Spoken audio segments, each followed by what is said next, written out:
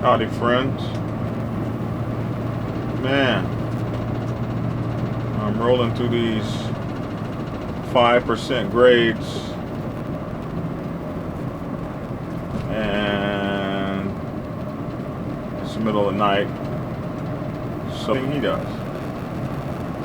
The ranch. Here we are,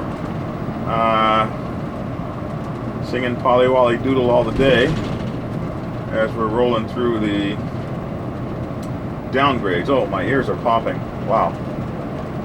And I had, holy moly, this damn RV wants to get running. She just shot up to 70 miles an hour like it weren't nothing but a thing. Anyway, I wanted to take some time.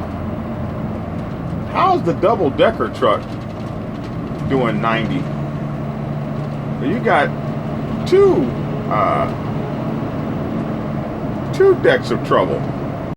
Anyway, as I'm rolling out here with the 18-wheelers, and I mean they're everywhere, because this is what time they roll. They roll in the middle of the damn night, and it's really, they're you know, those are the professional drivers up there, and if you can roll with them, and they let you roll with them, you just get on your CV and talk to them. Break 19, you got the Black Dragon round here talking at you. Now we want to know if we can run. How you do that, and you get to run with them. It's a lot of fun. But anyway, I wanted to talk about a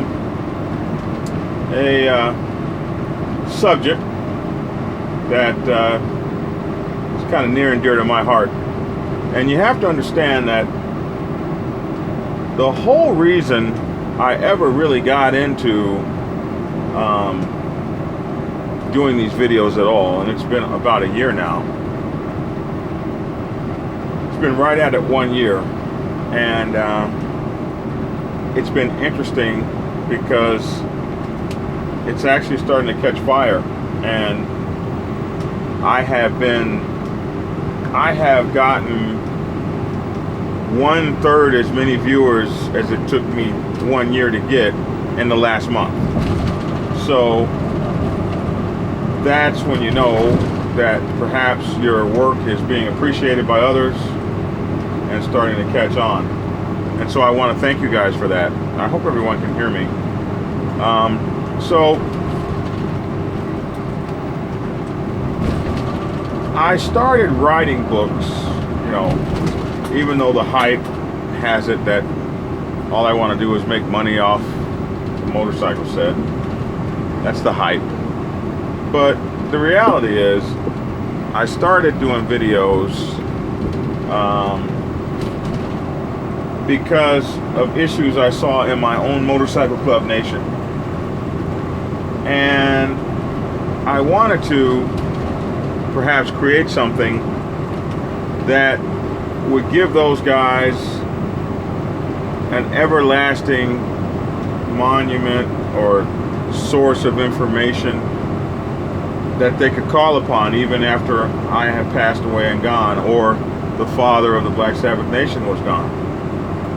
And some of the problems that I saw in my motorcycle club was backbiting and people loving the front patch that says what officer position they are more than they love the back patch, which is the MC. People thinking more about I and me and less about we. People not knowing how to speak French. And then the club splitters and the club hoppers. And I did a video called The Taters. And in the video called The Taters, I talked about the 7 Tater family members that cause motorcycle clubs to be destroyed from within. You have the spectator, who is always spectating but never pitching in. You have the commentator that's always got something to say and it's always negative. You've got the imitator. He came in because someone else came in. and he'll leave just as soon as they leave. You got the hesitator, the one who the one in the club meeting that's always coming up with some reason why it can't be done, some reason why it won't succeed, some reason why, always a damn reason why. And oh my goodness, you've got the procrastinator, that person who just does everything they can do to get into office, throw a pitch a fit, throw a little hissy fit, everything they got to do to get this great big office and never do anything with it. And you have the rotator. And the rotator is that guy that's rotating in and rotating out. He's the guy we call the club hopper. He's that guy that's been in 4 motorcycle clubs and will probably be in 4 more. And so I wanted to talk a little bit about the club hopper. And I want to pose a couple of things to you all in terms of whether or not it's really the club hopper's fault that he's a club hopper. And I want you to bear with me while I make these observations and then tell me what you think. So, in the Motorcycle Club Nation, we want you forever. We want you for your entire life. We want you from inception to death.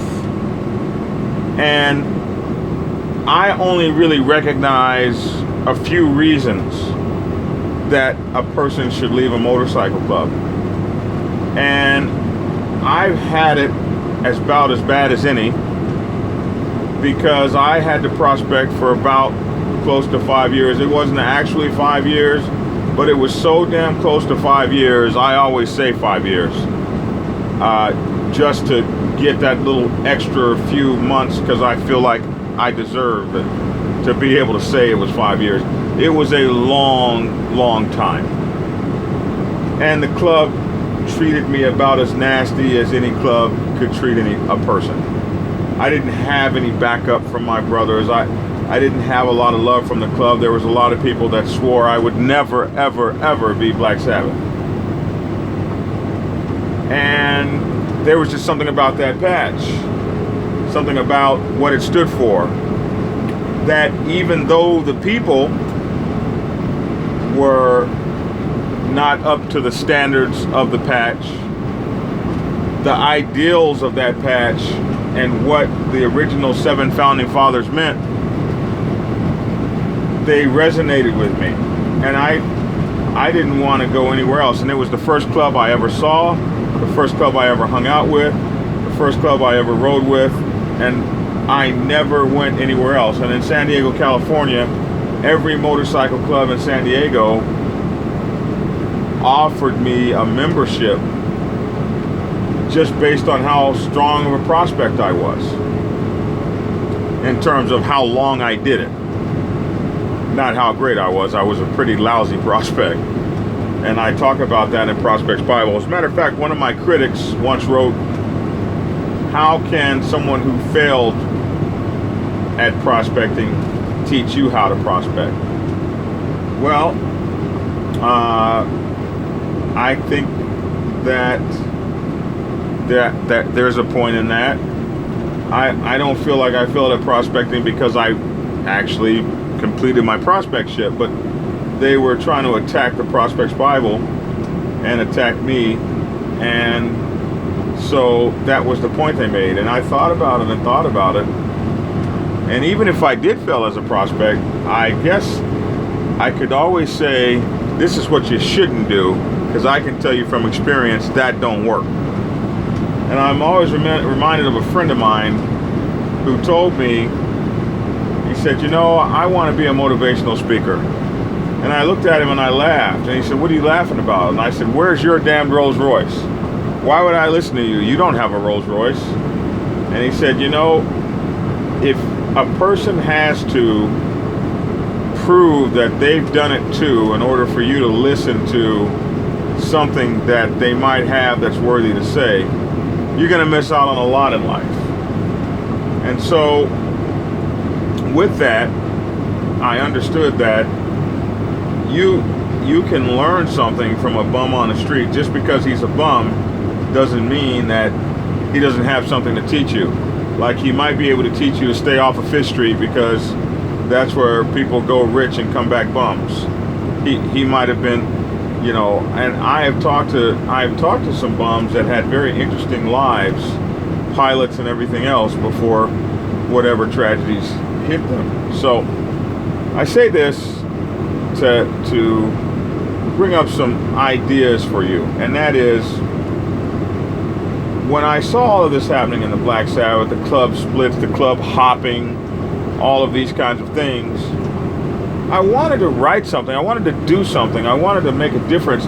I wanted to teach, and I started with Prospects Bible, thinking if people knew what this whole thing was supposed to be about, because there's not a lot of education out there. You can go looking and looking and looking and looking, and you'll find things that talk about Sergeant-at-Arms and other organizations, and you'll find all kinds of things that talk about everything that's kind of close to what it is that you want to do, but nothing that hits it square on the head. And I couldn't find books about prospecting for a motorcycle club. I could find all kinds of books about being a plebe for a fraternity or whatever the case may be, but what I was truly looking for and hoping to find, I couldn't. I wanted to show people the devastation of club hopping and teach people through Prospects Bible why you shouldn't do it. So, in the motorcycle club world, club hopping is looked at as a bad thing. And you know, you've got a guy that's your brother, and then the next thing you know, he's in somebody else's club and he's their brother. So I always look for some things when I think about people that might be what you call have the propensity for club hopping. And one of the things I always see is a person's overzealous determination to run out and get a damn tattoo. You've been in the club 2 weeks and you want a tattoo. All people that do that I have seen in my club never lasted. So, you know, we got a rule. You can't have a tattoo for 5 years. So if you're still around 5 years later, then maybe you can have a tattoo. Guys that go out and get the Black Sabbath forever Black Sabbath patch. Forever is a long time, and you've only been in the club 2 weeks and you want a forever patch. You know, sometimes people just want a drum to beat. Don't let them beat the drum of your club. Your club is more than that. It's more than that to you. It's more than that to the founding fathers. And it's more to that to the brothers that live your lifestyle. But you have to ask yourself this question. Is it the members that are screwed up, or is it the club that's screwed up? Are the members that have left and gone club hopping, is it because they didn't come with the right intention? Or is it because when they came with the right intention, they were not met with the right intentions of the MC? You know, a lot of churches lose Christians, a lot of mosques lose Muslims, a lot of religious organizations lose the people that they're trying to educate simply by bad behavior by those that are supposed to be the leaders. When you think about somebody in a sect and next thing you know, Warren Jessup says, you know, I really am God. Well, wait a minute, I thought we were serving God. Well, no, I'm God reincarnate, and I need your 13-year-olds. Well, a lot of people will turn away from God because of what Bishop Warren Jessup did, or whatever the case may be. I'm not saying that. I'm just calling a name. I saw it on television. I'm not saying that, calling out any in person in particular. I'm just saying that you can you can push people away from an entire culture based on your poor behavior, especially if you're a leader or someone that people should be following. And so, as a motorcycle club president, as a sergeant at arms, as a sponsor, as a sponsor of many prospects, as a secretary, as an officer, are your behaviors causing people to club hop out of your club? Are you giving the people the kind of sour taste in their mouth and the sour grapes in their mouth that turn them from this lifestyle and make them want to have no permanent part? Think about it. People take you to their family members and say, "This is my president." And the family members looking at this guy crazy, like, he's talking about you, he's thinking about you, he's modeling himself after you. Because people need someone to follow. They need someone to lead them, especially out of adversity. A lot of these young men are looking for family. They don't have families. They don't have dads. Their dad was in prison, whatever the case may be. They don't have that, and they're looking towards the MC for that. And it's the MC's job, it's the MC's responsibility, it's the MC's dictate to enrich these people with a better life. When they come and they see backbiting and stabbing and members, oh, don't pay attention to the president, he's not going to be around long, and all kinds of ugly stuff we do. When they see that kind of stuff, do they get turned away? Do they lose interest in what they were so passionate about? Motorcycle clubs kill me. They act like they have so much love and tolerance and respect for one another, but they cut each other's throats the second they can. When a motorcycle club comes up to you and says, "Hey man, you know you always got a home with us if you want one," it is disrespectful. They have disrespected your motorcycle club. It is disrespectful and against protocol to recruit a fully patched member of another motorcycle club. But do these kinds of practices make people say, I really don't want to be bothered? Think about that. Think about your responsibility as a good brother and the consequences that can come from you supposing to be a good brother and not being a good brother towards contributing to someone's loss of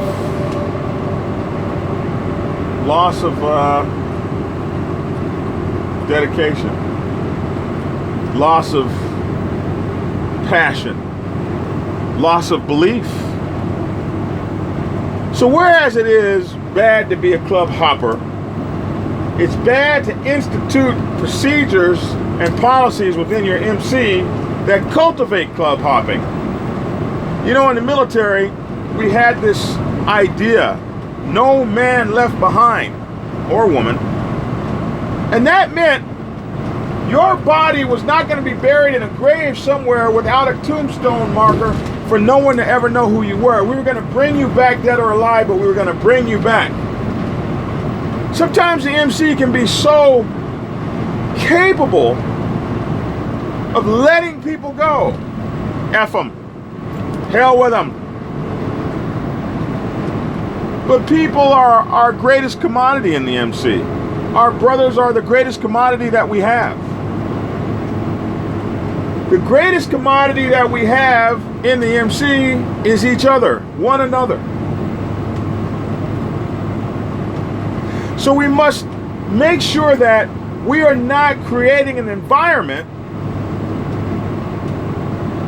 that encourages people not to want to be around us for life. You have to think. I had a prospect call me up the other day. He says, I really wanted to hang out with this club. I wanted to be a prospect for them so bad. And they took me out drinking and made me buy all the drinks. What kind of behavior is that? Is that behavior that's indicative of someone that wants to be your brother? In the motorcycle club, we give one to another. I buy a round, you buy a round. It's fair. Why would you ask a prospect to spend hundreds of dollars, or not even a prospect, but a hang around, and spend hundreds of dollars on your drinking habit? We must think about how we treat these people. They're watching us. They don't follow us because they have to. They follow us because they want to. They follow us because they love us. They follow us because they need us. They need what we're giving. They need what we are providing. They need the stimulus that comes, the pheromones that come from feeling great and having others around you that love you, that care for you, that want you around, that want you in their families, that want to be with you. So many of us have nothing. So many of us have no one special.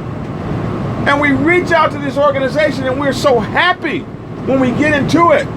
And they come to you with every expectation of something great. And we let our greed and our fallacies and our pettiness and our egos and our contempt and our anger at other relationships and other people take a pure person in love with what we're trying to do and turn him around and turn him out and send him back, bags packing to the wolves. And you have to ask yourself, is it me? Am I the one? Am I one of those? And if you are, quit it! Turn yourself around and be the kind of brother that people can be proud of. You have it within you. It's like that little train. I think you can, I think you can, I think you can. I know you can. For what is a man if he doesn't have his word? And you give these people your word that you're going to treat them like brothers. And we fall short. And it's okay if you fall short. Pick yourself up, turn yourself around, dust yourself off, and make amends. Sorrow is nothing without an act of contrition. It's not okay to say I'm sorry. Hey, tonight this guy helped me with my RV. Oh my goodness. I had these little levers that come out and you air up your tires with them, and it was very difficult for me to try to make that happen. I couldn't get it. Some guy walks up to my island. He works there. I was at the Love's truck stop. This guy got on his knees. He started working on my RV. He worked on my RV till he got it fixed. I pulled out some money to hand it to him. He said, oh no, no sir, no, I don't want your money. I did this to help you. But I was thankful. So I had to give an act of thanks. I took that money and I put it in a shirt pocket. And I tapped him on the shoulder and said, son, you saved my rear end here. You must allow me to do something to show you how thankful I am. It's an act of thanks. So sorrow is like that. If you're sorry for something, you need an act of contrition. I'm so sorry I did this to you. Allow me to make it up to you and show you that I was unworthy, but I'm worthy now. And we can become worthy. You just have to try. Because people who love you, people who want to respect you, they want you to be worthy. They want you to make it up to them. Listen, I only believe there's a few reasons that you should leave your motorcycle club. And I've stated them before. One, if you move to a new area and you don't have what it takes, or you don't have the desire, or the club, that area is not letting any new clubs come in, and you don't have the ability to start a new chapter. That's a time you can leave your motorcycle club. 2, a change of heart. Let us say that you're a 99%er and a 1%er body. You don't need to be in a 99%er club. So your heart has changed. And you want to go be a 1%er. That's what you should do. Vice versa, if you're on the other side and you want to come over to you want to change fences because your heart has changed. Change of heart is a good reason to leave a motorcycle club. I don't like the president. It's not. I don't like the president. It's not a good reason. But they treated me foul. That's a good damn reason.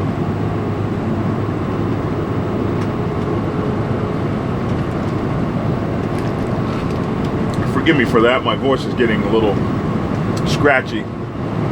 Don't want to start coughing.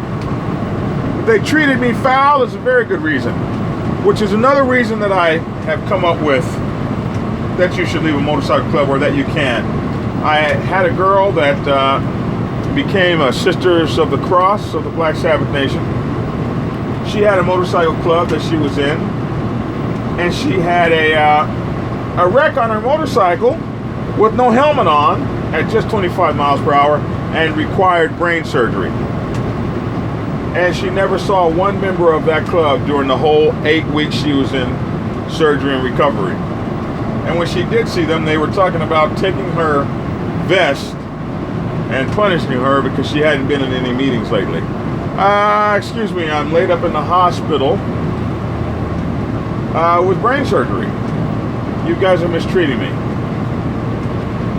And oh my goodness. And also, nobody came to see her at the hospital.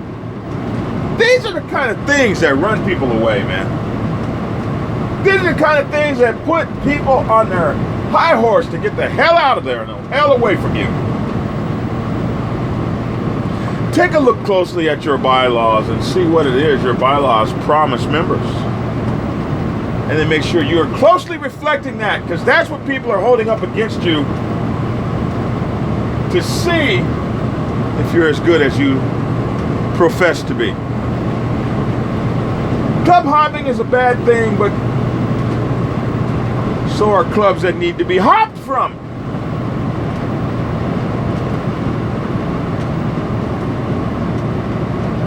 People don't follow MC protocol anymore. We are so damn starved to grow our motorcycle clubs and all this kind of crap. There was a motorcycle club in Atlanta that Black Sabbath, we were so friendly to them. They were like brothers.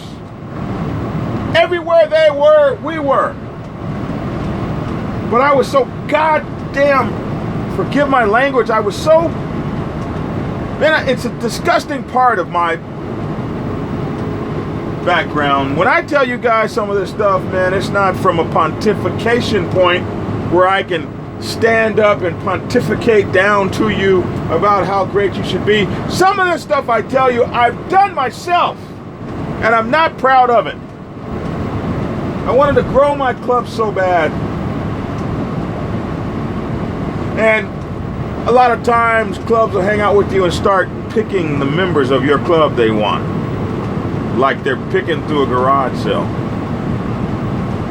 And these guys had some really great guys, appeared to be. And so I snatched their guys up. And the problem those guys had with their club came over to my club, and now my club had the same problems with that other club. They brought all their madness and anger over to us. We destroyed a relationship. No. I destroyed. I was the president. I destroyed an amazing relationship that we had with another club. And I remember in the old days in the Black Sabbath, well, we wouldn't take your people. You had a fight with your club. I want to join the Black Sabbath. Well, that's an ally club of ours. Maybe you should go see if you can get back in good with them. That's the way it used to be, but not now. Now, boy. We see people in your club, we call them home, and the home at night, hey, we encourage this club hopping thing. Let me tell you, those guys I took, none of them are in the Black Sabbath now. Turned out to be a very disappointing thing. We lost an ally and those new members too. So think about it. Think about what you asked for. Think about it closely. Because you can find yourself creating the environment that people don't want to be around. And when you create that environment, it's no wonder that they're club hopping to get the F away from you. Treat your fellow motorcycle clubs with respect. Stop recruiting their people.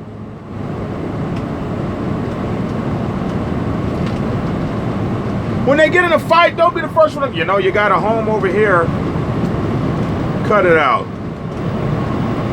You should be telling them, go home and work it out. Those are your club brothers. Well, I tried to work it out. That's why I want to be with you.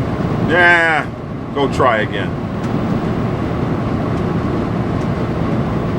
Our clubs remain strong if we remain strong. And we remain one, and we continue to keep the family growing and the brotherhood flowing. So, I just wanted to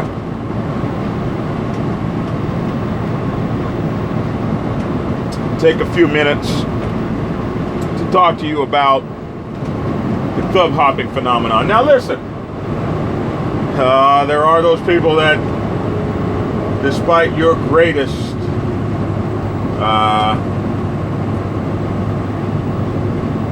ambitions, despite the greatest work you've done for them, they're going to be club hoppers. And people have issues, and so they'll be gone. But we want to make sure that we're not the cause of those issues. We want to make sure that we're following the bylaws. We want to make sure that we have created a good environment. We want to make sure that we have created a loving environment. We want to make sure that we are operating fairly by the bylaws. We want to make sure that we're operating fairly by the vote. We want to make sure that we're not jumping on people, ostracizing people. We want to make sure that we're not hurting people. We want to make sure that we're not talking about people behind their backs.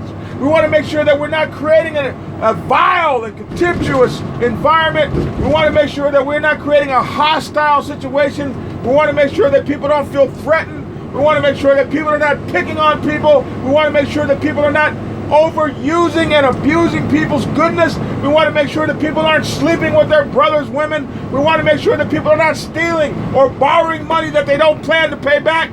We want to make sure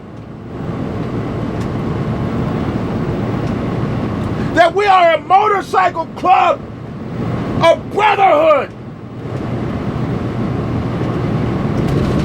following the bylaws.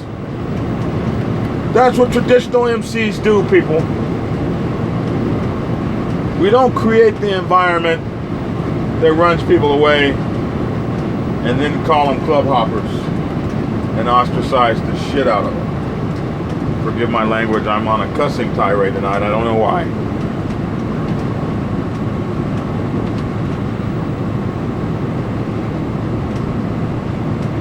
So those are my thoughts on the subject. Club hopping is a terrible thing. It destroys our clubs from the inside out. It takes away brothers. We fight over nothing, some of us. And I'm going to do a video about how to come back from the brink when you and a brother fight and you don't love each other anymore. I recently had a brother that, man, we just didn't love each other anymore. Then we had a situation where we had to stand side by side, shoulder to shoulder. Because we were about to be in that situation where you got to get down.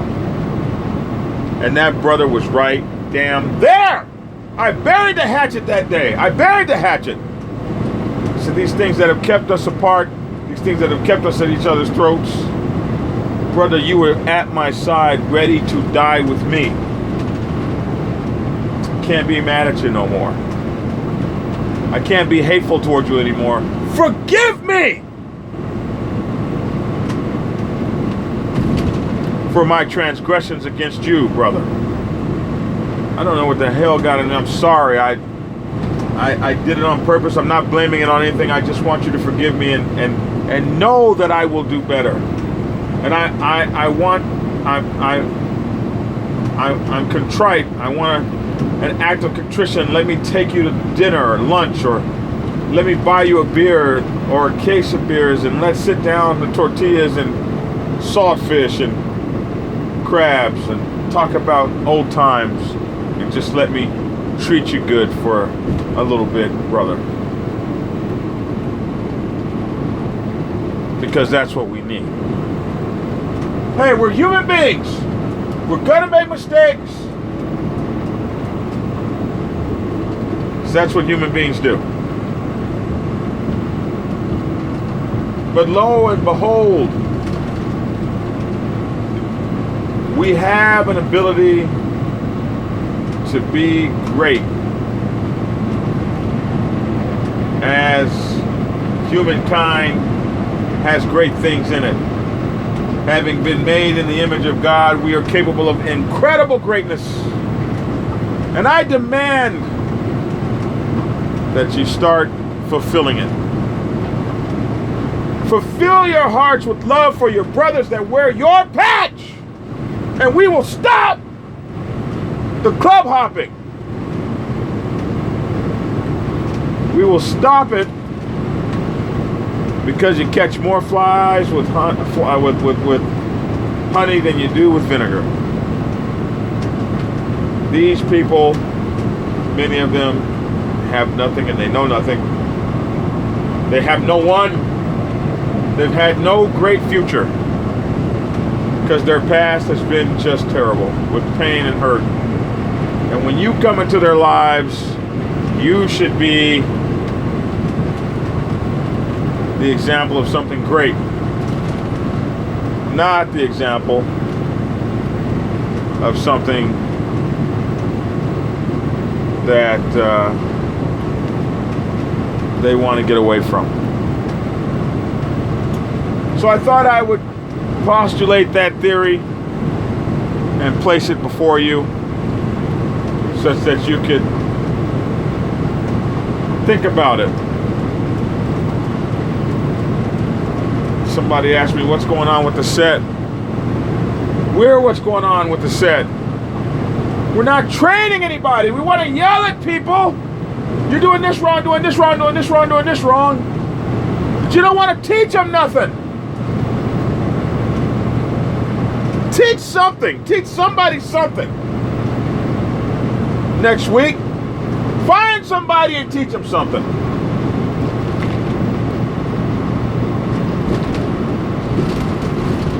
That's what you can do for the set. So worried about the set, teach somebody something.